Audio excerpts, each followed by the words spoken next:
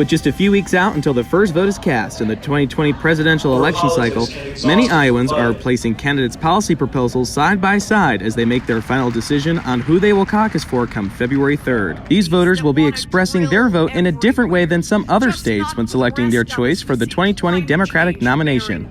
This year's Iowa Democrats across the state will all gather at more than 1,000 caucus sites. At 7 p.m. Central, the caucuses statewide will be called to order, and a caucus chair and a secretary will be elected.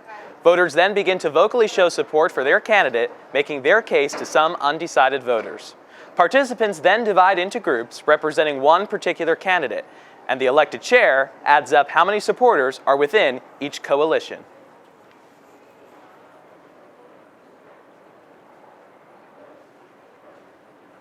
Each candidate must meet at least a 15% threshold. If a candidate does not meet that percentage, their supporters have three options.